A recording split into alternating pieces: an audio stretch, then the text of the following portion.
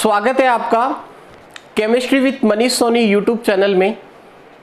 आज इस वीडियो में हम रसायन विज्ञान के नेक्स्ट चैप्टर की शुरुआत करने जा रहे हैं। एक नए चैप्टर की शुरुआत करने जा रहे हैं और चैप्टर का नंबर है 9 और चैप्टर का नेम है उप सहसंयोजक यौगिक या coordination compounds. Rajasthan board exam की यदि बात की जाए तो इस चैप्टर से 4 मार्क्स के क्वेश्चंस पूछे जाते हैं। काफ़ी इम्पोर्टेंट चैप्टर है, अच्छा चैप्टर है, समझने वाला चैप्टर है, आपको इजीली समझ में आ जाएगा ऐसी उम्मीद मैं करता हूं और मैं कोशिश करूंगा कि निश्चित रूप से आपको ये चैप्टर बहुत अच्छे से समझ में आए। तो शुरुआत करते हैं समय को व्यर्थ किए बगैर। तो चैप्टर का नेम मैंने आपको क्या बताया, उप सहसंयोजक यौगिक। इसका मतलब हमें इस चैप्टर में उप सहसंयोजक यौगिकों के बारे में स्टडी करनी है।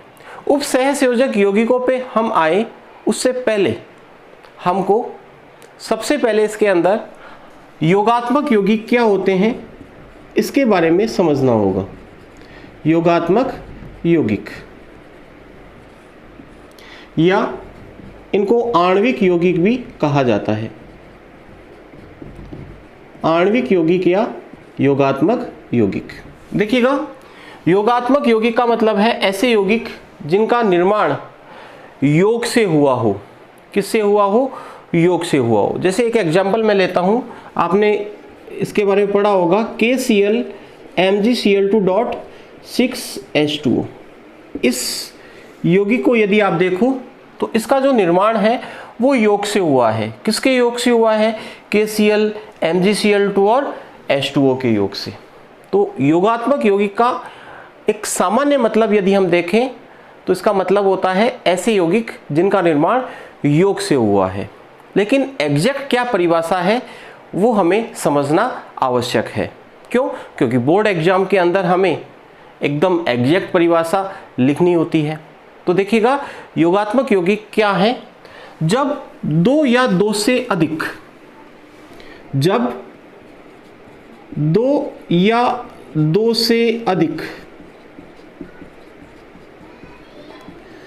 सरल स्थायी यौगिकों को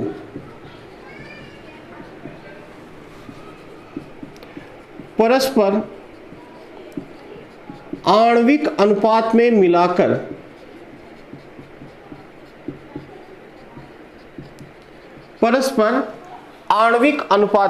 मिलाकर क्या बोला मैंने बोला जब दो या दो से अधिक सरल स्थायी यौगिकों को परस्पर आणविक अनुपात में मिलाकर, यानी अणुओं की फॉर्म में लेकर आणविक अनुपात में मिलाकर वाष्पित किया जाता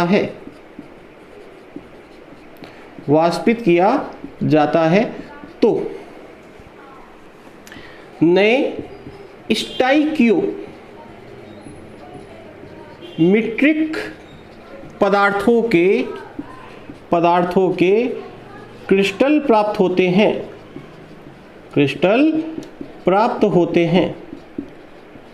इन क्रिस्टलों को ही या इन पदार्थों को ही क्या कहा जाता है? योगात्मक यौगिक कहा जाता है। तो हम कह सकते हैं जिन्हें योगात्मक यौगिक कहते हैं। तो बोर्ड एग्जाम में आपसे क्वेश्चन पूछा जा सकता है कि योगात्मक यौगिक क्या होते हैं? जब दो या दो से अधिक सरल स्थायी यौगिकों को परस्पर आणविक अनुपात में मिलाकर, जैसे मैंने KCl लिया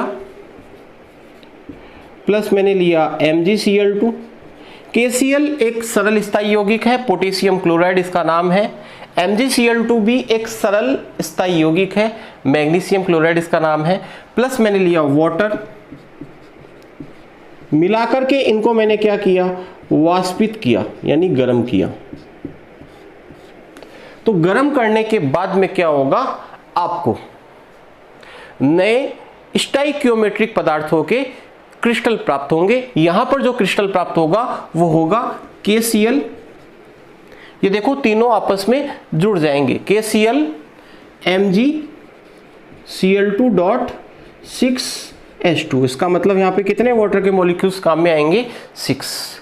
तो ये जो यौगिक प्राप्त हुआ ये बच्चों क्या है? योगात्मक यौगिक है। जैसे एक और एग्जांपल हम लेते हैं K2SO4, इसको कार्नेलाइट कहा जाता है, ध्यान रखिएगा, अभी हम पढ़ेंगे इसके बारे में। इसको क्या कहते हैं? कार्नेलाइट, इसका नाम है। एक यौगिक मैंने लिया सरल स्थायी यौगिक K2SO4 that is potassium sulphate. क्या नाम है इसका? Potassium sulphate. एक यौगिक मैंने लिया Al2SO4 का होल थ्राइस, प्लस मैंने क्या लिया? वाटर, और वाटर के कितने मॉलिक्यूल्स काम में है? 24। ये आपको ध्यान रखना होता है। और इसको क्या किया? वाष्पित किया, मीन्स गर्म किया। तो जैसे ही आप वाष्पित करोगे तो एक नया पदार्थ प्राप्त होगा, एक नया स्टाइकियोमेट्रिक पदार्थ क्या होगा? प्राप्त होगा। उस नए स्टाइकियोमेट्रिक पदार्थ को क्या कहा जाता है? योगात्मक या आणविक यौगिक। तो बताओ यहाँ पर क्या प्राप्त होने वाला है हमें? ये तीनों आपस में ऐड हो जाएंगे, जुड़ जाएंगे, तो हमारे पास एक फॉर्मूला आएगा K2SO4 डॉट Al2SO4 का होल थ्राइस डॉट 24H2। और इसे आप क्या कहते हो? फिटकरी कहते हो। क्लास 11 में आपने पढ़ा होगा किसका फॉर्मूला है? ये है फिटकरी का। तो योगात्मक यौगिक या आणविक यौगिक क्या होता है? देखिएगा, जब दो या दो से अधिक सरल स्थायी यौगिकों को परस्पर आणविक अनुपात में मिलाकर मीन्स अणुओं की फॉर्म में लेकर वाष्पित किया जाता है तो नए स्टाइकियोमेट्रिक पदार्थों के क्रिस्टल प्राप्त होते हैं, जिन्हें क्या कहा जाता है? योगात्मक यौगिक। एक एग्जांपल और लेता हूं मैं। जैसे मैंने लिया KCN, एक सरल स्थायी यौगिक है। एक मैंने लिया FeCN2, ठीक है। और इनको परस्पर मिलाकर मैंने क्या किया? वाष्पित किया। तो इसके 4 मॉलिक्यूल्स काम में आते हैं। तो हमारे पास एक यौगिक प्राप्त हुआ K4FeCN6। तो इसमें भी देखो इन दोनों का अटैचमेंट हुआ है, दोनों आपस में जुड़े हैं। जुड़ने का तरीका थोड़ा अलग है, यहाँ पे थोड़ा अलग था, यहाँ पे थोड़ा अलग है, लेकिन ये भी आपस में क्या हुए हैं? जुड़े हैं। तो ये यौगिक भी क्या है बच्चों? योगात्मक यौगिक या आणविक यौगिक। योगात्मक यौगिक के बारे में जान लेने के पश्चात हमें जानना आवश्यक है योगात्मक यौगिक के प्रकारों को। तो बात करते हैं अगले टॉपिक की, और अगला जो टॉपिक है हमारा वो है योगात्मक यौगिक के प्रकार। देखिएगा बच्चों, योगात्मक यौगिक 2 प्रकार के होते हैं। कितने प्रकार के होते हैं? 2। ध्यान रखिएगा, योगात्मक यौगिक 2 प्रकार के होते हैं। नंबर 1 द्विक्लवण, और नंबर 2 उप सहसंयोजक यौगिक। उप सहसंयोजक यौगिक, जिन्हें संकुल यौगिक भी कहा जाता है। क्या कहा जाता है? संकुल यौगिक। तो मान लो आपसे कोई पूछ ले कि योगात्मक यौगिक कितने प्रकार के होते हैं, तो आपका आंसर होगा योगात्मक यौगिक 2 प्रकार के होते हैं। नंबर 1 द्विक्लवण, और नंबर 2 उप सहसंयोजक यौगिक या संकुल यौगिक। और इन्हीं के बारे में हमें मेनली इस चैप्टर के अंदर क्या करना होता है? स्टडी करना होता है। इसका मतलब उप सहसंयोजक यौगिक एक प्रकार का क्या है? योगात्मक यौगिक है। तो शुरुआत करते हैं। देखिएगा, सबसे पहले हम पढ़ेंगे द्विक्लवण क्या होता है। द्विक्लवण, देखिएगा, द्विक्लवण ऐसे योगात्मक यौगिक होते हैं। द्विक्लवण ऐसे योगात्मक यौगिक होते हैं जो ठोस अवस्था में स्थायी होते हैं। जो ठोस अवस्था में क्या होते हैं? स्थायी, परंतु गलित अवस्था या जलीय विलयन में अपने आयनों में विभक्त हो जाते हैं, अर्थात गलित अवस्था या जलीय विलयन में स्थायी नहीं होते। क्या कहलाते हैं? द्विक्लवण कहलाते हैं। तो द्विक्लवण की क्या डेफिनेशन होगी? देखिएगा, वे योगात्मक यौगिक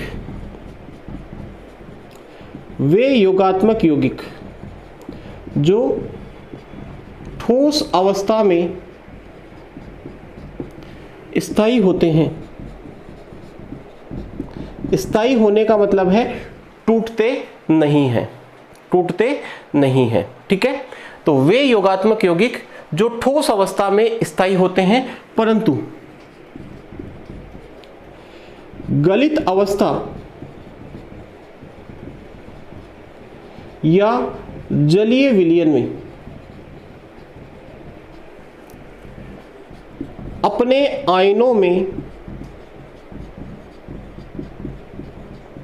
टूट जाते हैं या फिर हम कह सकते हैं विभक्त हो जाते हैं। क्या हो जाते हैं? विभक्त हो जाते हैं। विभक्त हो जाने का मतलब क्या है? विभक्त हो जाने का मतलब है कि गलित अवस्था या जलीय विलयन में स्थायी नहीं होते। कोई पदार्थ स्थायी है इसका मतलब वो टूट नहीं रहा है, अगर वो स्थायी नहीं है इसका मतलब वो टूट गया है। तो कोई पदार्थ टूट रहा है इसका मतलब उसने अपना स्थायित्व खो दिया है। तो बताइएगा जो द्विक लवण है वो अपना स्थायित्व कब खोते हैं? जब उनकी कौन सी अवस्था होती है? या तो गलित अवस्था या फिर उनका कौन सा विलयन लिया जाता है? जलीय विलयन। तो वे योगात्मक यौगिक जो ठोस अवस्था में स्थायी होते हैं परंतु गलित अवस्था या जलीय विलयन में अपने आयनों में विभक्त नहीं होते, क्या कहलाते हैं? द्विक लवण कहलाते हैं। देखिएगा जैसे मान लीजिएगा हमारे पास एक यौगिक है KCl MgCl2.6H2O।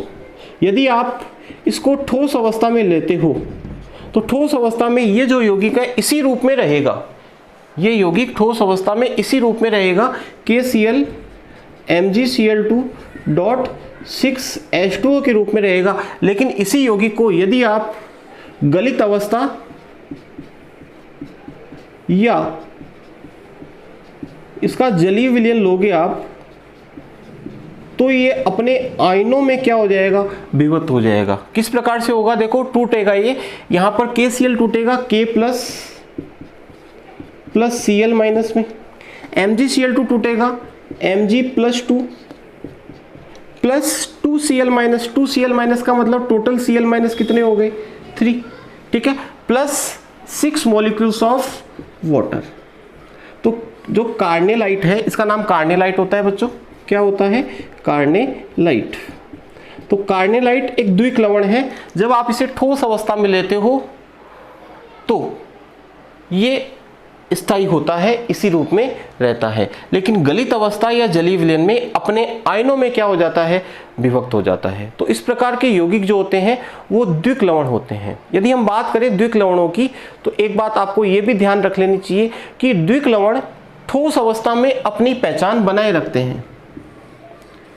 ठोस अवस्था में अपनी पहचान बनाए रखते हैं। देखिएगा KCl MgCl2.6H2 है, ठोस अवस्था में इसने अपनी पहचान बना रखी है। पहचान बनाए रखने का मतलब है कि आप इसको पहचान सकते हो कि ये क्या है? कार्नेलाइट है।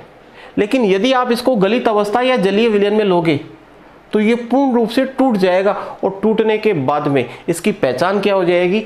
लुप्त हो जाएगी, खत्म हो जाएगी। अर्थात हम कह सकते हैं कि द्विक लवण गलित अवस्था या जलीय विलयन में अपनी पहचान को क्या कर देते हैं? खो देते हैं। तो ध्यान रखिएगा द्विक लवण ठोस अवस्था में अपनी पहचान बनाए रखते हैं, लेकिन इनका जो जलीय विलयन होता है उसमें ये अपनी पहचान को क्या कर देते हैं? खो देते हैं, यानी इनकी पहचान खत्म हो जाती है। खत्म हुई कि नहीं हुई? क्योंकि ये अपने आयनों में क्या हो गए? विभक्त हो गए, पूर्ण रूप से क्या हो गए? टूट गए। ठीक है, अगर कोई पदार्थ पूर्ण रूप से टूटता है तो ही वो अपनी पहचान खोता है। यदि कोई पदार्थ पूर्ण रूप से टूटता है, आधा अधूरा टूटेगा तो वो अपनी पहचान को खोएगा नहीं। अगर पूर्ण रूप से टूट रहा है तो ही वो अपनी पहचान खोएगा। जैसे एक एग्जाम्पल मैं आपको लेके बताता हूँ। जैसे मान लिया कोई एक लड़का है, उस लड़के को हमने पीटा, ठीक है, एक नॉर्मल तरीके से पीटा, और उस लड़के का नाम रमेश है। क्या है? रमेश। आप उसको जानते हो, उसको मिल करके हमने पीट दिया। आपको बुलाया गया कि पहचानो इसे कौन है, तो आप कहोगे सर ये तो रमेश है, क्योंकि वो पूर्ण रूप से टूटा नहीं है। अब मान लीजिएगा उसी लड़के को हम बहुत बुरी तरीके से पीटे, इतनी बुरी तरह से पीटे कि उसको तोड़ तोड़ के उसके टुकड़े कर दे। कल्पना कर रहे हैं, क्या कर रहे हैं? कल्पना। पूर्ण रूप से वो टूट चुका है, तो क्या बताओ, अब उसकी पहचान आप कर सकते हो क्या? नहीं कर सकते। क्यों? क्योंकि वो पूर्ण रूप से क्या हो चुका है, विभक्त हो चुका है, टूट जाता है। तो कब, जब कोई चीज़ पूरी टूट जाती है, जैसे मार्कर है, ये क्या है, मार्कर है, ठीक है। अगर इसको मैं बीच में से तोड़ दूं, आधा टूटा, और मैं आपको कहूँ पहचान दो, तो आप कहोगे सर मार्कर है, लेकिन इसका चूरा बना दूं और फिर मैं आपके सामने लाऊं और आपसे पूछूं क्या इसको पहचान सकते हो क्या, तो आप कहोगे सर प्लास्टिक की कोई चीज़ होगी, हमें नहीं पता क्या है, ये क्या थी पहले। तो अगर कोई चीज़ पूर्ण रूप से टूट जाती है तो ही अपनी पहचान खोती है, वरना वो अपनी पहचान नहीं खोती। तो यहाँ पर देखो, ये KCl MgCl2.6H2O जो है, ये पूर्ण रूप से क्या हो गया है, टूट गया है, इसलिए इसने अपनी पहचान खो दी है। तो द्विक लवण का एक उदाहरण तो है कार्नेलाइट, ठीक है, इसको याद करेंगे, बोर्ड परीक्षा में पूछा जाता है। दूसरा उदाहरण है फिटकरी, K2SO4.Al2SO4 का होल थ्राइस डॉट 24H2O, ठीक है। यदि आप इसको ठोस अवस्था में लोगे तो ये अपनी पहचान बनाए रखेगा, लेकिन जलीय विलयन भी अपनी पहचान को क्या कर देगा, खो देगा, क्योंकि पूर्ण रूप से क्या हो जाएगा, विभक्त हो जाएगा। तो इसको क्या कहते हैं बच्चों, फिटकरी कहते हैं। तो इसका दूसरा उदाहरण हो गया, इसको एलम भी कहा जाता है। क्या कहा जाता है, एलम, ठीक है। और तीसरा उदाहरण है इसका FeSO4.NH4 का होल ट्वाइस SO4.6H2O, और इसको क्या कहते हैं, मोहर लवण कहते हैं। क्या कहते हैं इसको, मोहर लवण। तो द्विक लवण के 3 एग्जाम्पल्स आपको याद रखने हैं। पहला एग्जाम्पल क्या है, कार्नेलाइट, दूसरा एग्जाम्पल क्या है, फिटकरी, और तीसरा एग्जाम्पल क्या है, मोहर लवण, ठीक है। और द्विक लवण होते क्या है, वे योगात्मक यौगिक जो ठोस अवस्था में अपनी पहचान बनाए रखते हैं, अर्थात स्थायी होते हैं, परंतु गलित अवस्था या जलीय विलयन में अपनी पहचान को खो देते हैं, अर्थात अपने आयनों में पूर्ण रूप से क्या हो जाते हैं, विभक्त हो जाते हैं। उन्हें क्या कहा जाता है, द्विक लवण कहा जाता है। देखिएगा, ये जलीय विलयन या गलित अवस्था में उन सभी आयनों का परीक्षण देंगे जिनसे इनका क्या हुआ है, निर्माण, ठीक है। एक बात ये भी आप ध्यान रख सकते हो कि द्विक लवण जो होते हैं वो गलित अवस्था या जलीय विलयन में उन सभी आयनों का परीक्षण देते हैं जिनसे इनका क्या हुआ है, निर्माण हुआ है, ठीक है। अब हम बात करेंगे दूसरे प्रकार के योगात्मक यौगिक की, और उसका नाम क्या है, उपसहसंयोजक यौगिक,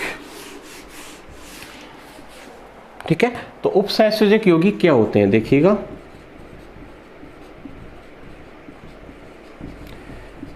उपसहसंयोजक यौगिक, इनको संकुल यौगिक भी कहा जाता है। क्या कहा जाता है, संकुल यौगिक। और मेनली हमें इस चैप्टर में संकुल यौगिकों के बारे में ही पढ़ना है।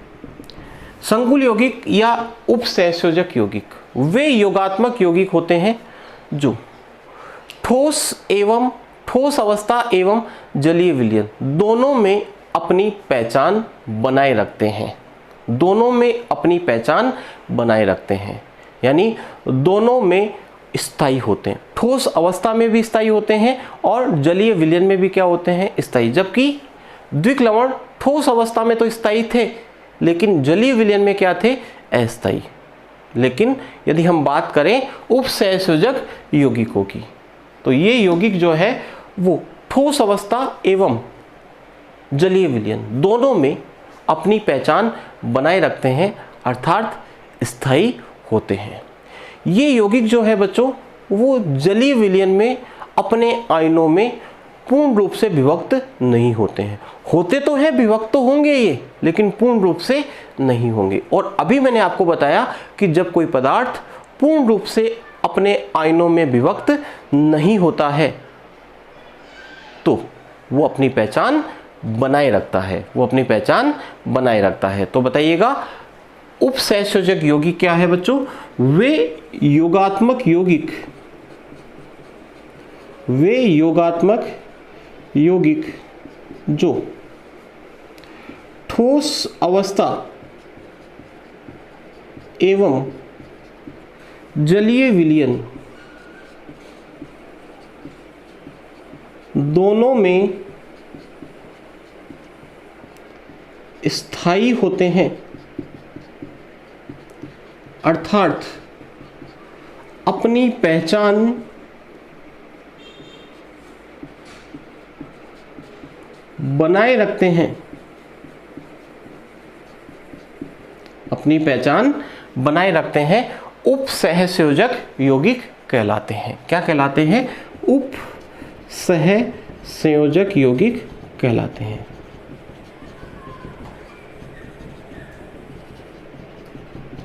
इनको संकुल यौगिक भी कहा जाता है, इनको संकुल यौगिक भी कहा जाता है, इनको जटिल यौगिक भी कहा जाता है। तो बताओ उप सहसंयोजक यौगिक क्या है? वे योगात्मक यौगिक जो ठोस अवस्था एवं जलीय विलयन दोनों में क्या है? स्थायी है, अर्थात दोनों में अपनी पहचान को क्या कर रखा है? बनाए रखा है। जबकि द्विक लवण ने ठोस अवस्था में तो अपनी पहचान बना रखी थी, लेकिन जलीय विलयन में अपनी पहचान को क्या कर दी थी? खो दी थी। लेकिन ये यौगिक दोनों में, यानी ठोस अवस्था एवं जलीय विलयन दोनों में अपनी पहचान को क्या करते हैं? बनाए रखते हैं। इसका मतलब क्या टूटते नहीं है क्या जलीय विलयन में? बिल्कुल टूटते तो हैं, लेकिन पूर्ण रूप से नहीं टूटते। ये यौगिक जलीय विलयन में अपने आयनों में पूर्ण रूप से विभक्त नहीं होते हैं,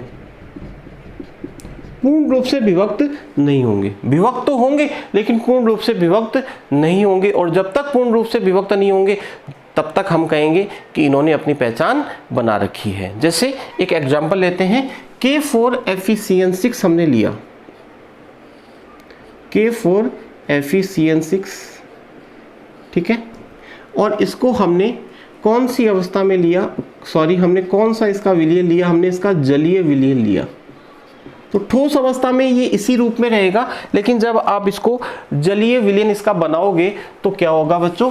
ये अपने आयनों में विभक्त पूर्ण रूप से नहीं होगा। ये जो वर्गाकार कोष्टक आपको दिखाई दे रहा है, ये जो वर्गाकार कोष्टक आपको दिखाई दे रहा है, इसके अंदर क्या है? Fe है और क्या है? Cn है, साइनाइड है, ठीक है। Fe+2 है यहाँ पर और Cn माइनस की फॉर्म में है। तो जब इसको आप जलीय विलयन में लोगे तो इस कोष्टक के अंदर वाली जो चीज है वो कभी भी नहीं टूटेगी। तो कौन सी टूटेगी सर? टूटेगी तो सही क्या? बिल्कुल टूटेगी, लेकिन कोष्टक के बाहर वाली चीज टूटेगी। कोष्टक के बाहर आपको क्या दिखाई दे रहा है?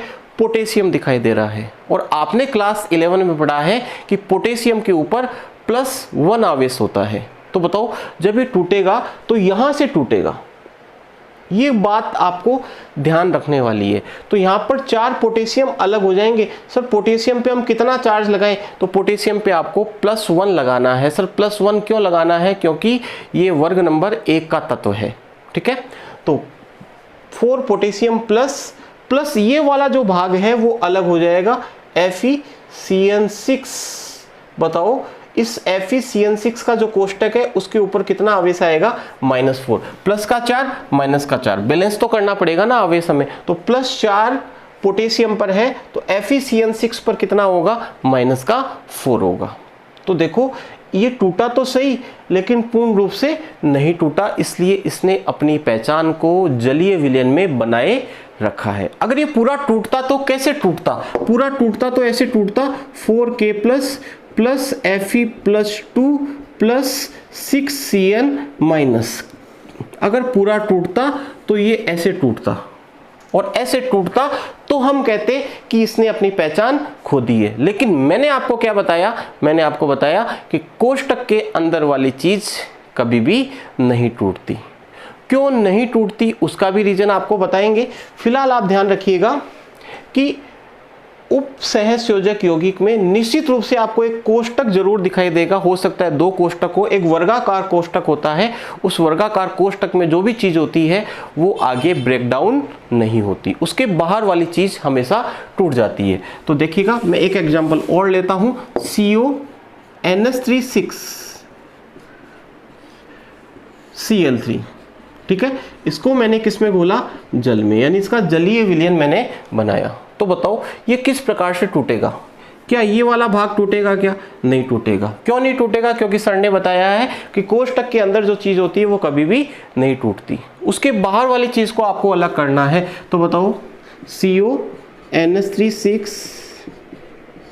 प्लस 3Cl ऐसे टूटेगा। अब आवेश हमें लगाना है, बताओ Cl के ऊपर जनरली कितना आवेश होता है, -1 होता है। Cl के ऊपर कितना होता है, -1, तो बताओ 3 तो बन जाएंगे। Cl माइनस, जब 3 Cl माइनस लिख ले, बाहर निकले, अलग हुए, तो बताओ इसके ऊपर कितना आवेश आएगा, +3। ठीक है, तो ये जो वर्गाकार कोष्टक के अंदर वाली चीज है ये कभी भी नहीं टूटती। एक एग्जांपल और ले लेते हैं, जैसे K2HgI4। ठीक है, ये सारे एग्जांपल्स किसके हैं बच्चों, उपसहसंयोजक यौगिक के। तो कैसे टूटेगा, 2K प्लस HgI4 माइनस का, बताओ कितना आएगा इसके ऊपर, -2। ठीक है, तो बताओ ये कौन से यौगिक है, उपसहसंयोजक यौगिक। उपसहसंयोजक यौगिक की यदि हम बात करें तो कोष्टक के अंदर आपको एक धातु दिखाई दे रही होगी, Fe, ये भी Fe, इधर आ जाओ, ये कोबाल्ट और ये क्या है, मरकरी। कोष्टक के अंदर आपको एक धातु दिखाई दे रही होगी, उसे कहा जाता है केंद्रीय धातु परमाणु या आयन। केंद्रीय धातु परमाणु या आयन। और उस धातु के साथ छोटे कोष्टक में आपको कुछ स्पीशीज आपको दिखाई दे रही होगी, जैसे यहाँ पे CN है, संख्या कितनी है बच्चों, 6। यहाँ पे अमोनिया है, संख्या कितनी है बच्चों, 6। यहाँ पे आयोडीन है, कितनी है संख्या, 4। इनको लिगेंड कहा जाता है। क्या कहा जाता है, लिगेंड। और इन लिगेंड और केंद्रीय धातु के मध्य उपसहसंयोजक बंध विद्यमान होते हैं। कौन से बंध विद्यमान होते हैं, उपसहसंयोजक बंध। और इन्हीं उपसहसंयोजक बंधों के कारण से इन यौगिकों को क्या नाम दिया गया, उपसहसंयोजक यौगिक कहा गया। तो उपसहसंयोजक यौगिक को उपसहसंयोजक यौगिक क्यों कहा गया, क्योंकि उपसहसंयोजक यौगिक में वर्गाकार कोष्टक में जो धातु उपस्थित है और धातु के साथ जो स्पीशीज उपस्थित है, जिन्हें हम लिगेंड बोलेंगे आगे जाके, क्या बोलेंगे, लिगेंड बोलेंगे। तो लिगेंड और धातु के मध्य कौन से बंध विद्यमान होते हैं, उपसहसंयोजक बंध विद्यमान होते हैं। इसी कारण से इनको क्या कहा जाता है, उपसहसंयोजक यौगिक कहा जाता है। देखिएगा, जैसे ये है अपने पास CONH3 6Cl3, यह एक क्या है, संकुल यौगिक है, उपसहसंयोजक यौगिक है। तो इसमें क्या होगा बच्चों कि ये कोबाल्ट जो है इसके साथ में 6 अमोनिया जुड़े हुए हैं। कितने अमोनिया जुड़े हुए हैं, 6। कौन से बंधों से जुड़े हुए हैं, उपसहसंयोजक बंधों से। और उपसहसंयोजक बंधों को हम कौन से निशान के द्वारा शो करते हैं, तीर के निशान के द्वारा। तो देखो ये क्या है, इसको आप देखो, इसकी संरचना कुछ इस प्रकार की है। ये देखो, ये और ये एक ही बात है। ये कोबाल्ट है ना, ये तो क्या है, केंद्रीय धातु परमाणु। हालांकि डिटेल में इसकी हम बात करेंगे। ये CO क्या है, केंद्रीय धातु परमाणु। और ये जो स्पीशीज है अमोनिया, इनको कहा जाता है लिगेंड्स। कितने लिगेंड्स हैं, 6। और ये 6 लिगेंड कोबाल्ट के साथ कौन से बंधों के द्वारा जुड़े हुए हैं, उपसहसंयोजक बंधों के द्वारा। और उपसहसंयोजक बंध क्या होते हैं, मजबूत बंध होते हैं, जो उपसहसंयोजक यौगिक को जल में घोलने पर टूटते नहीं हैं। इस कारण से वर्गाकार कोष्टक में जो भी स्पीशीज उपस्थित है वो ब्रेक नहीं होती। इसलिए हम ये कहते हैं कि जलीय विलयन में यौगिक क्या होते हैं, स्थायी होते हैं। तो बताइएगा, द्विक लवण और योगात्मक यौगिक में अंतर क्या हो गए। द्विक लवण और योगात्मक यौगिक में आपसे यदि अंतर पूछे तो आप परीक्षा में क्या लिखोगे। ये प्रश्न पूछा जाता है, द्विक लवण और उपसहसंयोजक यौगिक में अंतर। द्विक लवण और उपसहसंयोजक यौगिक में आपसे अंतर पूछे तो आपको क्या अंतर लिखने हैं वो देखिएगा। सबसे पहली बात, द्विक लवण जो होते हैं वो ठोस अवस्था में स्थायी होते हैं, परंतु जलीय विलयन में अपने आयनों में क्या हो जाते हैं, विभक्त हो जाते हैं, अर्थात अस्थायी होते हैं। क्या होते हैं, अस्थायी। यदि हम बात करें उपसहसंयोजक यौगिकों की, तो उपसहसंयोजक यौगिकों में यदि हम बात करें तो ठोस अवस्था व जलीय विलयन दोनों में क्या होते हैं, ये स्थायी होते हैं। ठीक है। दूसरा अंतर क्या है, जलीय विलयन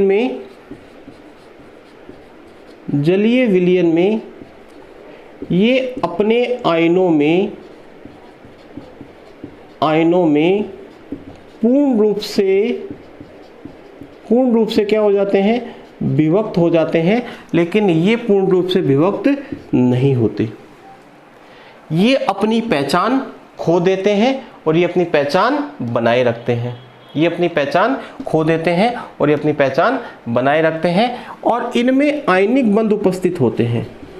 कौन से बंध उपस्थित होते हैं, आयनिक बंध, यानी हम कह सकते हैं आयन्स उपस्थित होते हैं। लेकिन यहाँ पर जो वर्गाकार कोष्ठक है, जो रीढ़ की हड्डी है संकुल यौगिक की, संकुल यौगिक का मतलब वर्गाकार कोष्ठक ही है। मेन जो इसका पोर्शन है वो इसका ये इस वर्गाकार कोष्ठक ही है। और इस वर्गाकार कोष्ठक में जो धातु है और जो स्पीसीज है जिनको हम लिगेंड कहेंगे, वहां पर कौन से बंध उपस्थित होते हैं, उपसंयोजक बंध उपस्थित होते हैं। तो ध्यान रखिएगा, आपसे यदि बोर्ड एग्जाम में द्विक लवण और उपसंयोजक यौगिक में अंतर पूछे जाए तो आपको कम से कम 2 अंतर लिख देने हैं और दोनों के एक एक एग्जाम्पल्स लिख देने हैं। बोर्ड परीक्षा में कभी कभी ये क्वेश्चन भी पूछा जाता है, द्विक लवण का एक उदाहरण लिखो, तो आप कार्नेलाइट लिख सकते हो, आप मोहर लवण लिख सकते हो, आप एलम या फिटकरी का फॉर्मूला लिख सकते हो। और उपसंयोजक यौगिक के बारे में तो हमें इस चैप्टर में आगे जाके पढ़ना ही है। आत्मक यौगिक के बाद हमारा जो अगला टॉपिक है वो है उपसंयोजक यौगिकों का प्रदर्शन। इस चैप्टर में हमें संकुल यौगिक या उपसंयोजक यौगिकों के बारे में ही पढ़ना है। तो हम अब बात करेंगे कि उपसंयोजक यौगिकों को किस प्रकार से प्रदर्शित किया जाता है। देखिएगा, इनका प्रदर्शन 3 प्रकार से होता है। कितने प्रकार से होता है, 3 प्रकार से। पहला प्रकार है, सबसे पहले हमने लिखा Z, फिर हमने एक वर्गाकार कोष्ठक लिखा, वर्गाकार कोष्ठक में हमने लिखा M, फिर हमने लिखा L और L के नीचे हमने लिख दिया स्मॉल n। ठीक है, Z वर्गाकार कोष्ठक M L और यहाँ पे क्या लिख दिया, n। ठीक है, Z के ऊपर हमने आवेश लगा दिया प्लस माइनस x और MLN का जो वर्गाकार कोष्ठक है उसके ऊपर हमने आवेश लगा दिया प्लस माइनस y। ठीक है, तो पहले प्रकार के जो संकुल यौगिक है वो इस प्रकार के होते हैं, Z प्लस माइनस x वर्गाकार कोष्ठक, M L N वर्गाकार कोष्ठक के ऊपर जो आवेश है वो क्या है, प्लस माइनस y। क्या मतलब होता है इसका भाई आपको मैं बताऊंगा। दूसरे प्रकार के जो संकुल यौगिक है वो है M L N, बस इतना ही होता है, इसके अलावा इसके अंदर कुछ नहीं होता। ठीक है, केवल क्या होता है, वर्गाकार कोष्ठक, वर्गाकार कोष्ठक के बाहर कुछ भी नहीं होता। इसमें देखो वर्गाकार कोष्ठक के बाहर क्या है, Z है। और तीसरे प्रकार के जो संकुल यौगिक होते हैं वो होते हैं जिनमें वर्गाकार कोष्ठक 2 होते हैं, यानी एक वर्गाकार कोष्ठक उसमें M L N लिख दिया और दूसरा वर्गाकार कोष्ठक उसमें भी क्या लिख दिया, M L N। ठीक है, अब देखो सबसे पहली बात हम इस M की बात करते हैं। ये M क्या है, ये M होती है केंद्रीय धातु परमाणु, M होती है केंद्रीय धातु परमाणु या आयन। ठीक है, ये परमाणुक अवस्था में भी हो सकती है और ये आयनिक अवस्था में भी हो सकती है। L क्या है यहाँ पर, L चाहे M इसका बात कर लो चाहे इसका M का मतलब हमेशा क्या होगा, केंद्रीय धातु परमाणु या आयन। L क्या है, L होता है बच्चों लिगेंड। लिगेंड क्या होता है, एकाकी इलेक्ट्रॉन युग्म, लोन पेयर रखने वाली स्पीसीज जो केंद्रीय धातु परमाणु या आयन के साथ उपसंयोजक बंध का निर्माण करती है, उसे क्या कहते हैं, लिगेंड, जिसे हम डिटेल में आगे पढ़ेंगे। L का मतलब क्या है, लिगेंड। N का मतलब यहाँ पर है लिगेंड की संख्या, लिगेंड की संख्या। वापस से सुन लो, M क्या है, सर Z क्या है, तो Z की तो अभी बात ही नहीं करी भाई मैंने, Z की बात नहीं की है। ठीक है, M क्या है केंद्रीय धातु परमाणु, L क्या है लिगेंड और N क्या है लिगेंड की संख्या। केंद्रीय धातु परमाणु लिगेंड, लिगेंड की संख्या, केंद्रीय धातु परमाणु लिगेंड, लिगेंड की संख्या, केंद्रीय धातु परमाणु लिगेंड, लिगेंड की संख्या। ये दो यौगिक नहीं है, ये एक ही यौगिक है पूरा। उसमें दो वर्गाकार कोष्टक होते हैं। कितने वर्गाकार कोष्टक होते हैं? दो। इसका मतलब संकुल यौगिक तीन प्रकार के हम मान सकते हैं। पहले प्रकार के संकुल यौगिक जिनमें वर्गाकार कोष्टक के बाहर कोई स्पीसीज होती है। दूसरे प्रकार के संकुल यौगिक जिनमें केवल एक वर्गाकार कोष्टक होता है। और तीसरे प्रकार के संकुल यौगिक जिनमें दो वर्गाकार क्या होते हैं? कोष्टक होते हैं। अब देखो M, L, N को हमेशा एक वर्गाकार कोष्टक में लिखा जाता है। इन तीनों को एक वर्गाकार कोष्टक में लिखा जाता है इस प्रकार से, M, L और N। ये जो वर्गाकार कोष्टक है इसको समन्वय मंडल कहते हैं। क्या कहते हैं? समन्वय मंडल। आपसे परीक्षा में पूछा जाए कि समन्वय मंडल क्या होता है तो आपका आंसर होगा केंद्रीय धातु परमाणु एवं उससे जुड़े लिगेंडों को एक वर्गाकार कोष्टक में प्रदर्शित किया जाता है और उस वर्गाकार कोष्टक को ये क्या कहते हैं? समन्वय मंडल कहते हैं। तो बताओ इसमें ये क्या है? समन्वय मंडल। इसमें कितने समन्वय मंडल है? दो, एक ये रहा और एक ये रहा। इसमें कितना समन्वय मंडल है? एक। और इसमें भी कितना समन्वय मंडल है? एक। तो ये क्या है? समन्वय मंडल। समन्वय मंडल बहुत आसानी से मैं आपको सरल तरीके से समझा रहा हूँ और आपको आसानी से समझ में भी आ रहा होगा। ठीक है, मैं चीज़ों को डिफ़िकल्ट नहीं कर रहा हूँ, कोशिश कर रहा हूँ कि आपको बहुत अच्छे से मैं समझा पाऊँ। तो उम्मीद करता हूँ कि आपको वीडियो अच्छा लग रहा होगा और अगर अच्छा लग रहा है तो एक लाइक ज़रूर कर दीजिएगा ताकि मुझे आपको इस प्रकार से पढ़ाने का मोटिवेशन मिलता रहे और ज़्यादा से ज़्यादा इस वीडियो को क्या करें? शेयर करें। तो बताओ इसमें ये क्या है? समन्वय मंडल। और बताओ इसमें कितने समन्वय मंडल है? दो। ये भी समन्वय मंडल है और ये भी क्या है? समन्वय मंडल। ठीक है, समन्वय मंडल का मतलब केंद्रीय धातु परमाणु एवं लिगेंडों को एक वर्गाकार कोष्टक में स्यो किया जाता है। उस वर्गाकार कोष्टक को क्या कहते हैं? समन्वय मंडल। ठीक है, कुछ संकुल यौगिक ऐसे होते हैं जिनमें दो समन्वय मंडल होते हैं। कुछ संकुल यौगिक ऐसे होते हैं जिनमें केवल एक समन्वय मंडल होता है और कुछ संकुल यौगिक ऐसे होते हैं जिनमें एक समन्वय मंडल होता है लेकिन उसके बाहर कुछ स्पीसीज क्या होती है? उपस्थित होती है। जो स्पीसीज समन्वय मंडल के बाहर उपस्थित होती है उसे आयनन मंडल कहा जाता है। क्या कहा जाता है बच्चों? आयनन मंडल। सर इसको आयनन मंडल क्यों कहते हैं? इसको आयनन मंडल इसलिए कहते हैं क्योंकि ये आयनित होता है। अभी मैंने आपको थोड़ी देर पहले तोड़ करके बताया था ना उपसहसुय यौगिक कैसे टूटता है। मैंने कहा था वर्गाकार कोष्टक वाली चीज़ तो टूटती नहीं, उसके बाहर वाली चीज़ टूटती है।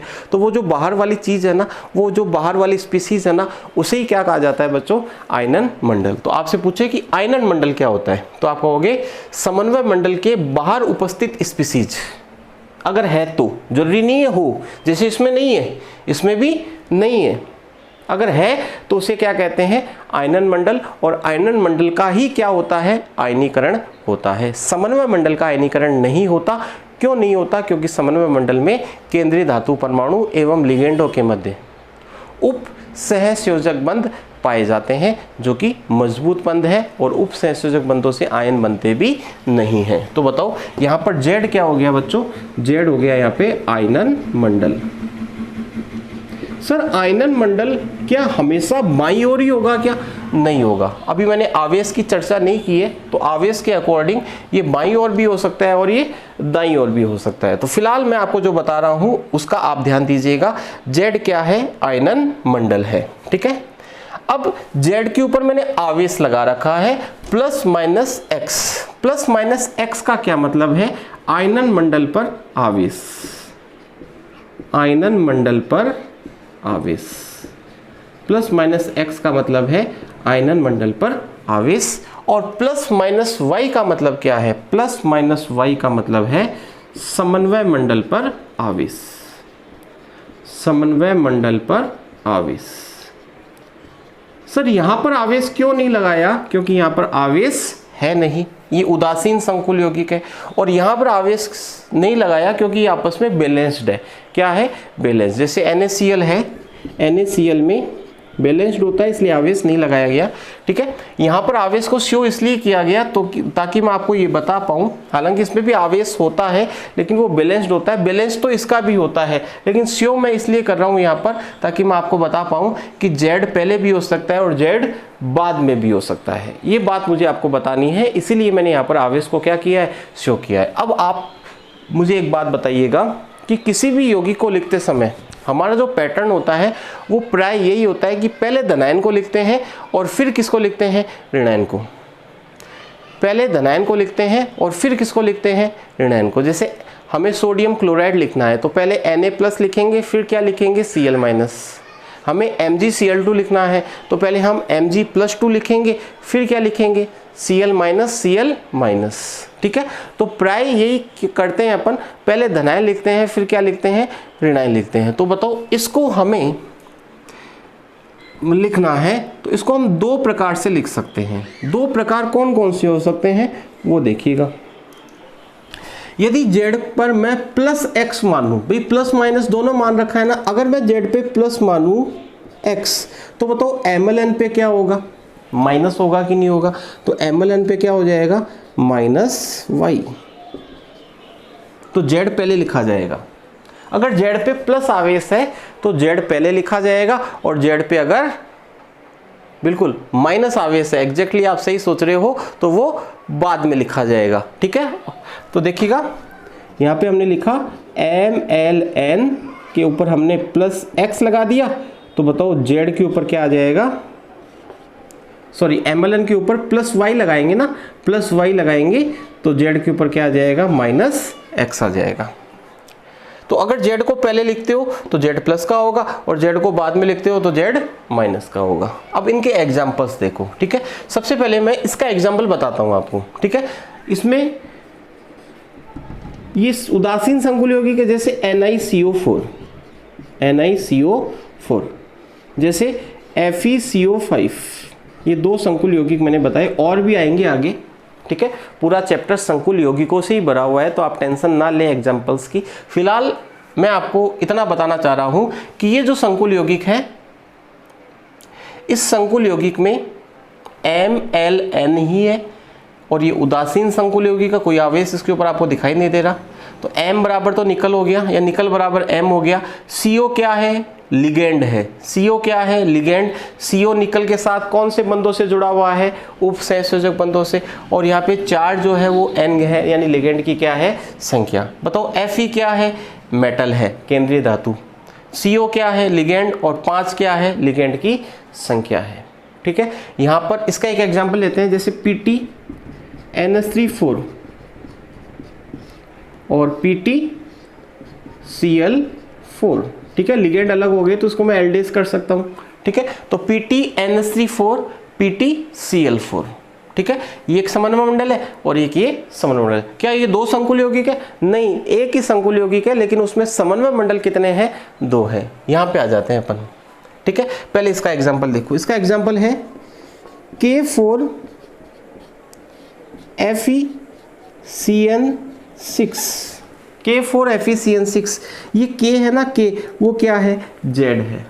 यहाँ पे Z की संख्या नहीं दिखाई गई है, यहाँ पर Z की संख्या कितनी है, 4, यानी यहाँ पे मैं N लगा दूँ, मान लो N का मतलब Z की संख्या हो गई। यहाँ पे शो नहीं कर रहा हूँ, यहाँ पर शो होता है ये K4FeCN6। K क्या है बच्चों, Z। K के ऊपर कितना आवेश है, प्लस, और FeCN6 के ऊपर टोटल आवेश कितना होगा, माइनस का होगा कि नहीं होगा, इस पे प्लस का होगा, इस पर किसका होगा, माइनस का। और इसका एग्जाम्पल देखो, उसमें पहले समन्वय मंडल है CONH3 बताओ Cl3। तो बताओ ये Cl जो है वो तो क्या है, Z, और ये वर्गाकार कोष्टक जो है वो क्या है, MlN। ठीक है, और यदि समन्वय मंडल पर आवेश होता है तो उसे संकुलायन कहा जाता है। क्या कहा जाता है, संकुलायन। जैसे यह एक संकुलायन है, ये क्या है, संकुलायन। समन्वय मंडल पर यदि आवेश होता है, जैसे मैंने लिखा MlN, तो दैट इज नॉट अ संकुलायन, ये संकुलायन नहीं है, ये समन्वय मंडल है। लेकिन अगर मैं लिखूं MlN माइनस, मान लो मैंने लिख दिया इसके ऊपर Y, तो ये एक संकुलायन भी है। यानी समन्वय मंडल अगर आवेशित है तो उसे क्या कहा जाता है, संकुल आयन भी कहा जाता है। और संकुल आयन के बाहर जो स्पीसीज होती है उसे क्या कहते हैं, आयनन मंडल कहते हैं। तो एक बार वापस से बता देता हूँ, M केंद्रीय धातु परमाणु, L लिगेंड, N लिगेंड की संख्या, वर्गाकार कोष्ठक समन्वय मंडल, समन्वय मंडल पर आवेश है तो उसे संकुल आयन भी कहेंगे। और संकुल आयन के बाहर उपस्थित स्पीसीज क्या कहलाएगी, आयनन मंडल कहलाएगी। इसमें केवल समन्वय मंडल है, उसमें 2 समन्वय मंडल है, यानी ये संकुल धनायन और ये संकुल ऋणायन।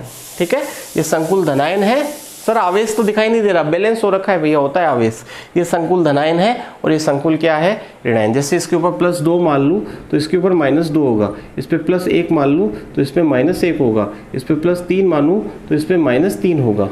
तो ये बताओ समन्वय मंडल पे आवेश है तो है कि नहीं है, लेकिन वो दिखाई नहीं दे रहा क्योंकि वो क्या हो रखा है, बैलेंस। यहाँ पर भी बैलेंस्ड ही होता है। जैसे मैंने एग्जाम्पल लिया K4FeCN6, तो ये एक समन्वय मंडल तो है लेकिन ये संकुल आयन भी है। क्यों? क्योंकि ये टूटेगा कैसे, 4K प्लस FeCN6 - 4। बताओ आवेश है कि नहीं है, इसका मतलब ये संकुल आयन। और संकुल आयन भी 2 प्रकार के होते हैं, संकुल धनायन और ऋणायन। अगर बाद में लिखा जा रहा है तो संकुल ऋणायन, पहले लिखा जा रहा है तो संकुल धनायन। जैसे इसको पहले लिखा हुआ है ये संकुल धनायन है, ये संकुल ऋणायन है। जैसे हम बात करें इसकी, तो बताओ ये संकुल धनायन है कि ऋणायन है।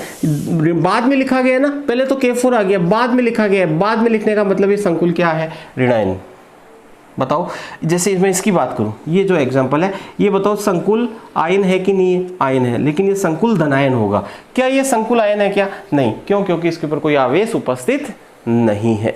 तो मेरी बात आपके समझ में आ गई होगी कि संकुल यौगिक कुल मिला के 3 प्रकार से लिखे जाते हैं। एक वो संकुल यौगिक जिनमें 2 समन्वय मंडल हो, एक संकुल धनायन और एक संकुल ऋणायन। एक वो संकुल यौगिक जिनमें समन्वय मंडल हो लेकिन संकुल आयन नहीं होता क्योंकि आवेश नहीं होता। और एक वो संकुल यौगिक जिनमें आयनन मंडल और समन्वय मंडल दोनों होते हैं, और समन्वय मंडल अगर पहले होता है तब तो वो संकुल धनायन होता है, और अगर बाद में होता है तो वो संकुल ऋणायन होता है। जैसे देखिएगा, मैं कुछ एग्जांपल्स लेके आपको बताता हूँ, फिर अपन आगे बढ़ेंगे।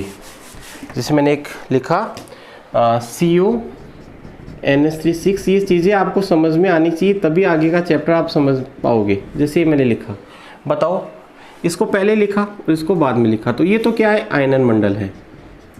क्या है, आयनन मंडल। ये क्या है, समन्वय मंडल।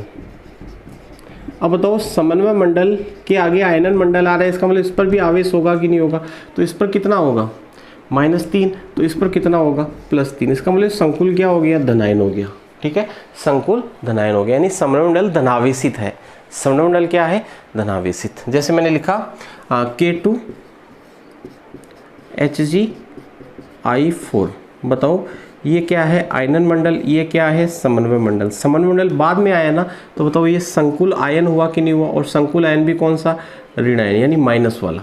कौन सा हुआ, माइनस वाला। इस पे +1 इस पे -1 होगा, यानी -2 होगा और इस पे +2 होगा। तो कुल मिला के बात क्या है कि अगर समन्वय मंडल को पहले लिखा गया है तब तो वो संकुल धनायन होगा, और बाद में लिखा गया है तो संकुल ऋणायन होगा। जैसे इसमें समन्वय मंडल पहले है कि बाद में, आप ही देखो, बाद में तो आयनन मंडल है, पहले क्या है, समन्वय मंडल, तो ये संकुल धनायन होगा। इसमें समन्वय मंडल पहले है कि बाद में है, तो बताओ ये संकुल ऋणायन होगा। जैसे मान लो ऐसा कोई यौगिक है जिसमें 2 समन्वय मंडल है, तो ये संकुल धनायन होगा और ये संकुल ऋणायन होगा। और केवल समन्वय मंडल है, कोई आवेश नहीं है, तो वो क्या होगा, उदासीन संकुल होगा, यानी उसमें संकुल आयन नहीं होगा।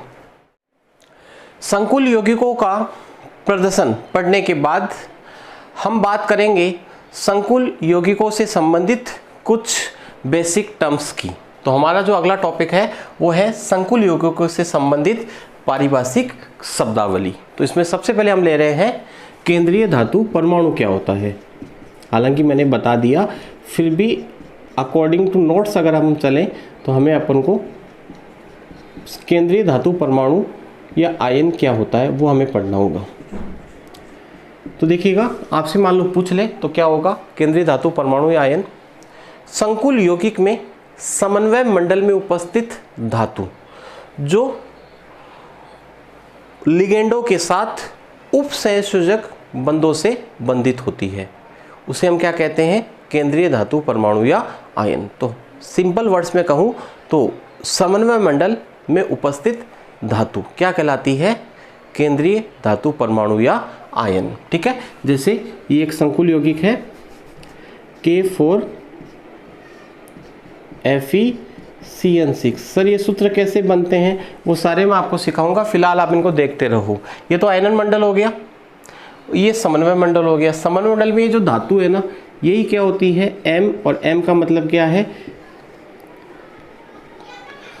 केंद्रीय धातु परमाणु या आयन। ठीक है। Number 2, ligand. लिगेंड क्या होता है? संकुल यौगिक के समन्वय मंडल में, संकुल यौगिक के समन्वय मंडल में केंद्रीय धातु परमाणु या आयन के साथ उप सहसंयोजक बंधों से जुड़ी हुई स्पीसीज लिगेंड कहलाती है। जैसे यहाँ पर ये जो CN है ना, ये क्या है? लिगेंड। तो लिगेंड की क्या परिभाषा है देखिएगा, लोन पेयर युक्त स्पीसीज। लोन पेयर युक्त स्पीसीज। लोन पेयर का मतलब क्या होता है? एकाकी इलेक्ट्रॉन युक्त उपसंयोजक बंध का मतलब तो आप समझते होंगे कि दाता परमाणु अपना लोन पेयर ग्राही परमाणु को क्या करता है? दान करता है, और दोनों के मध्य जो बंध बनता है उसे उपसंयोजक बंध कहते हैं। और उस बंध के दोनों इलेक्ट्रॉनों पर दोनों परमाणुओं का समान रूप से क्या होता है? अधिकार। जैसे ये मान लो M है और ये L है, L के पास क्या है? Lone pair. तो अपना लोन पेयर किसको देगा? ये धातु को देगा। ठीक है, तो धातु को देने के बाद में जो यहाँ पर इलेक्ट्रॉन युग्म है, इस पर दोनों परमाणुओं का समान रूप से क्या होगा? अधिकार। तो लोन पेयर का मतलब एकाकी इलेक्ट्रॉन युग्म, यानी इलेक्ट्रॉनों का वह युग्म जो बंध बनाने में भाग नहीं लेता। तो लोन पेयर युक्त स्पीसीज जो केंद्रीय धातु के साथ उप सहसंयोजक बंध द्वारा जुड़ती है, उसे क्या कहा जाता है? लिगेंड कहा जाता है। क्या कहा जाता है? लिगेंड। तो लिगेंडों के बारे में हमें बहुत अच्छे से पढ़ना पड़ेगा, क्योंकि आगे आने वाला जो पूरा चैप्टर है वो लिगेंडों पे डिपेंड करता है। किस पर डिपेंड करता है? लिगेंडों पे। तो लिगेंडों को हमें अच्छे से स्टडी करना होगा। तो हम बात करेंगे लिगेंडों के प्रकारों की। लिगेंडों के प्रकार। तो हमारा जो अगला टॉपिक है वो है लिगेंड के प्रकार।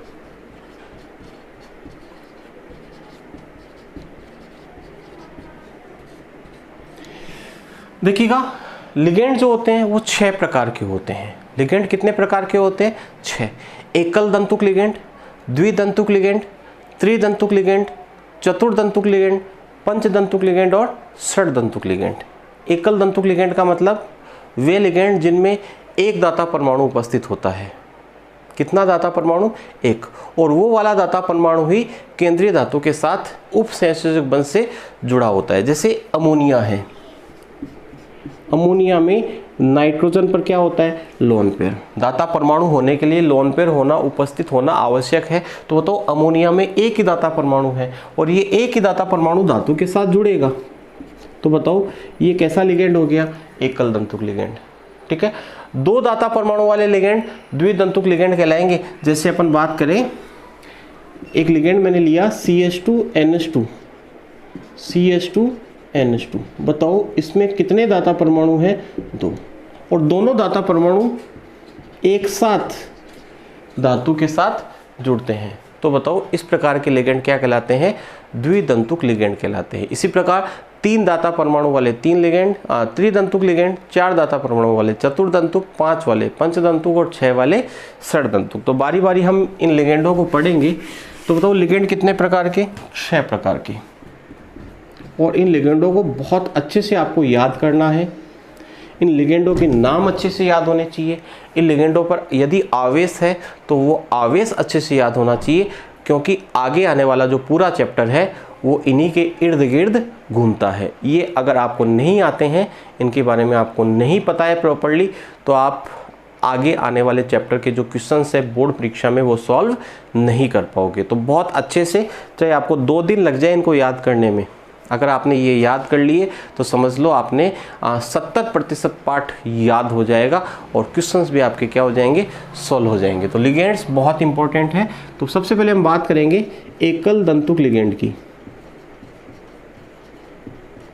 एकल दंतुक लिगेंड वे लिगेंड होते हैं जिनमें एक दाता परमाणु होता है।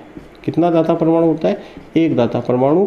और इस दाता परमाणु का उपयोग करके ये जो लिगेंड है वो केंद्रीय धातु के साथ उप सहसंयोजक बंध के द्वारा जुड़ता है। जैसे एग्जाम्पल लेते हैं, नंबर 1 H2O। H2O में दाता परमाणु कौन होगा बच्चों? ऑक्सीजन। ठीक है, यहाँ पर मैं लिख देता हूँ, यहाँ पर मैंने लिखा लिगेंड, यहाँ पे लिखा लिगेंड का नाम,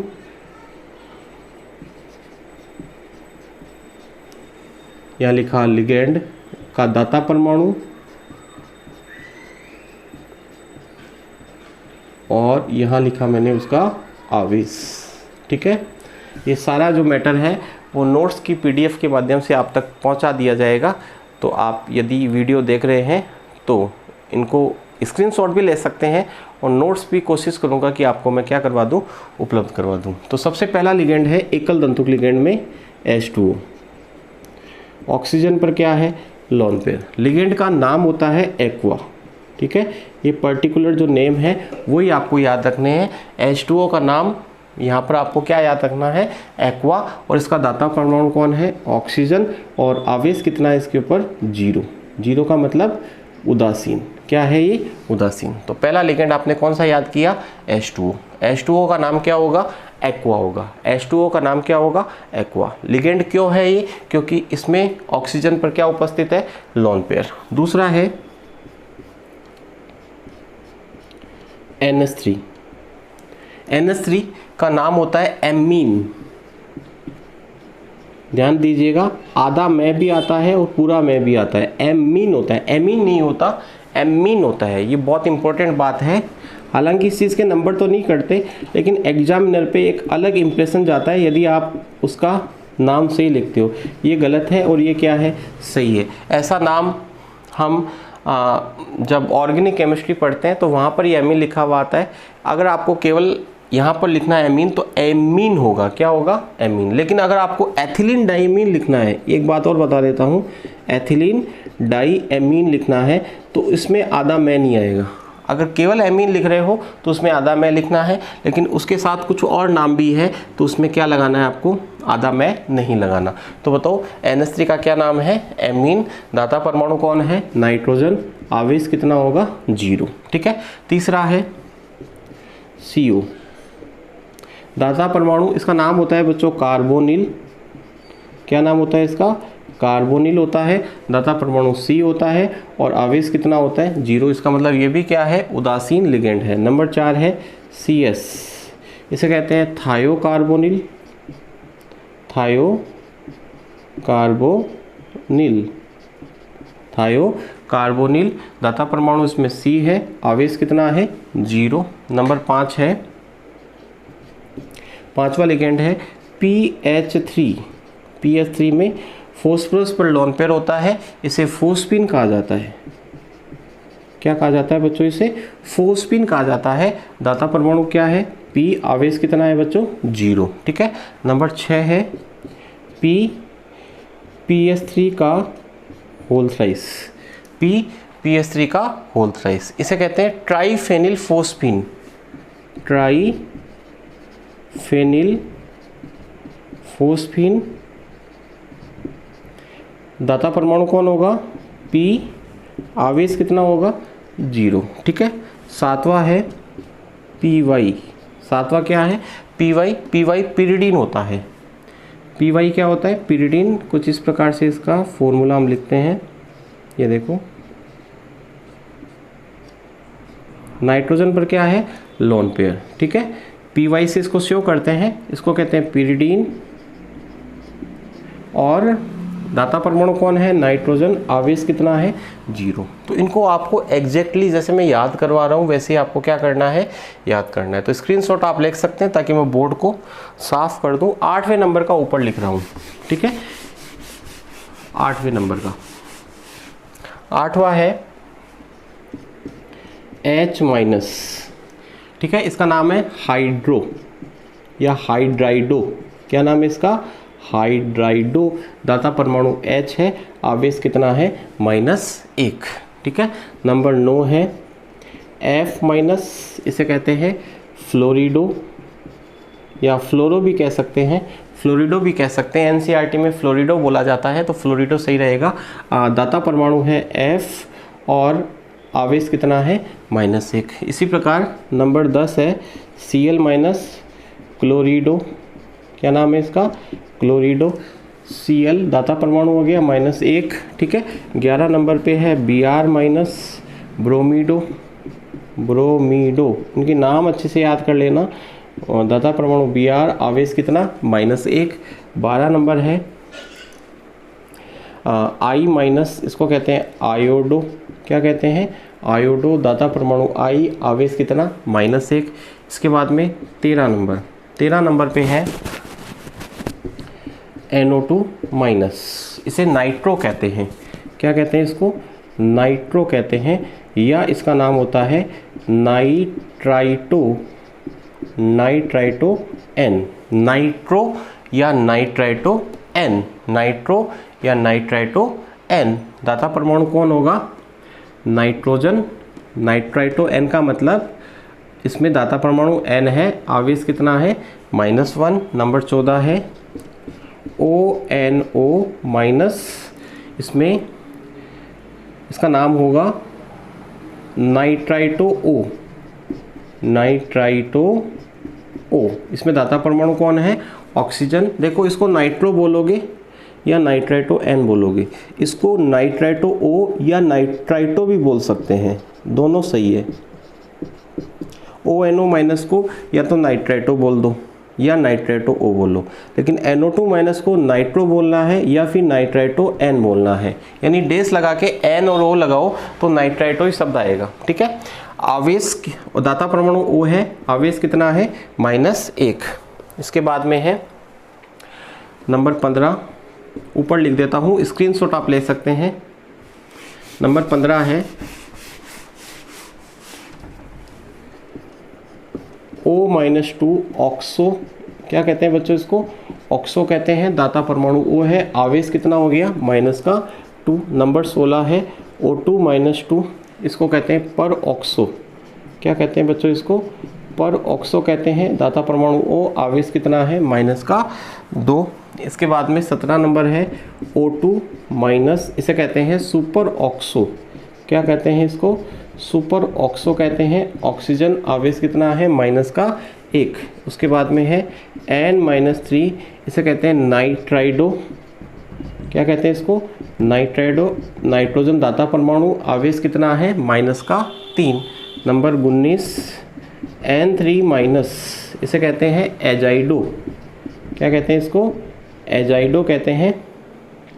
आवेश कितना है बताओ, दाता परमाणु N है, आवेश कितना है -1 है। नंबर 20 N-3 को क्या कहा, नाइट्राइडो। N3- को क्या कहा, एजाइडो। एक होता है NH2-, इसको कहते हैं एमिडो, क्या कहते हैं बच्चों इसको, एमिडो। दाता परमाणु N, आवेश कितना -1। एक होता है NH-2, इसको कहते हैं इमिडो, क्या कहते हैं, इमिडो। दाता परमाणु N, आवेश कितना -2। फिर है N-3 बता दिया, N3- बता दिया, ऑक्सीजन के तीनों बता दिए। CO3-2, इसको कहते हैं कार्बोनेटो, क्या कहते हैं इसको, कार्बोनेटो। दाता परमाणु है O, आवेश कितना -2। फिर 23 नंबर में ऊपर लिख रहा हूँ, आप स्क्रीनशॉट ले सकते हैं। 23 नंबर पे है सल्फेटो,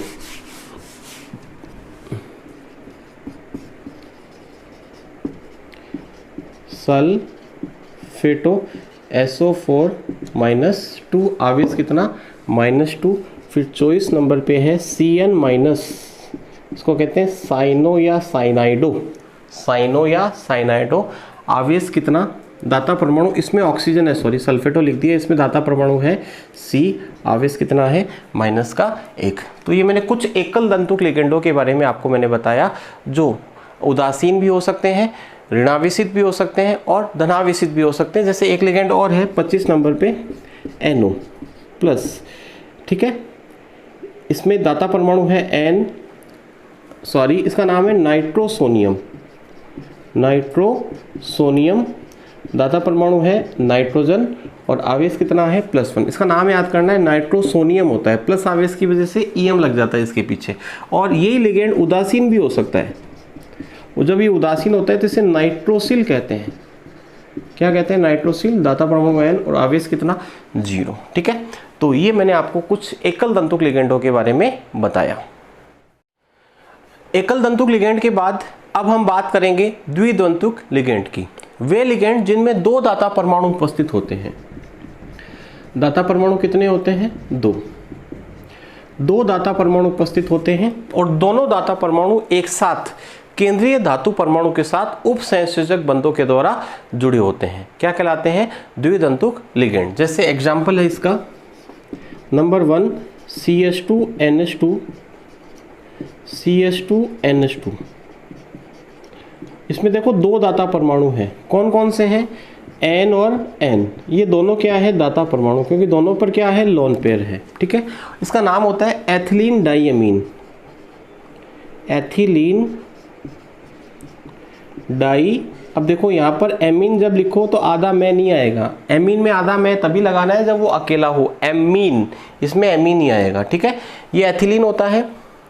ये देखो, इसको हटा दे तो ये क्या है? एथिलीन। और एमीन कितने हैं इसके अंदर? 2। ये देखो, ये एथिलीन है। ये जो आपको दिख रहा है ये क्या होता है? एथिलीन होता है। ठीक है, एथिलीन। यहाँ पे डबल बॉन्ड होता है, डबल बॉन्ड हटा तो ये 2 सिंगल बॉन्ड आए होंगे ना। ये दोनों नहीं होता भी इसे एथिलीन कहते हैं कि नहीं कहते? ये एथिलीन होता है। एथिलीन से ये बना है, इसलिए इसको क्या कहा गया? Ethylene diamine.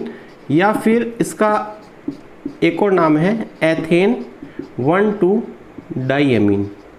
ठीक है, दोनों ही सही है, ये भी सही है, ये भी सही है, लेकिन एथेन 1,2 डाइएमीन ज़्यादा सही है क्योंकि IUPAC नेम है। ठीक है, ये इसका कॉमन नेम है, लेकिन कुछ कॉमन नेम्स को IUPAC में भी स्वीकार किया जाता है, तो ये भी चलता है और ये भी, ये दौड़ता है। ठीक है, ethylene diamine, ethylene, ethane 1,2 diamine. दाता परमाणु कितने हैं? 2। आवेश कितना है बच्चों इसके ऊपर? 0। और याद रखिएगा इसको EN से भी शो करते हैं। किससे शो करते हैं? EN इसका प्रतीक होता है। एग्जाम्पल नंबर 2 है C double bond O, O-, C double bond O, O-। इसे ऑक्जेलेटो कहते हैं। क्या कहते हैं? ऑक्जेलेटो, ऑक्सेलेटो। ठीक है, क्योंकि ऑक्जेलिक एसिड से बना है। ये देखो, ये ऑक्जेलिक एसिड होता है। ये क्या है? Oxalic acid. H हटा दिया तो यहाँ पे क्या लगा दिया? माइनस। ठीक है, जो ऋणावेशित लिगेंड होते हैं उनके नाम के अंत में O लगता है। जो धनावेशित लिगेंड होते हैं उनके नाम के अंत में EM लगता है। जैसे नाइट्रोसोनियम, यहाँ पे ऑक्जेलेटो O लग रहा है। तो बताओ ये क्या है? एक द्विदंतुक लिगेंड है। तो द्विदंतुक लिगेंड क्या होते हैं?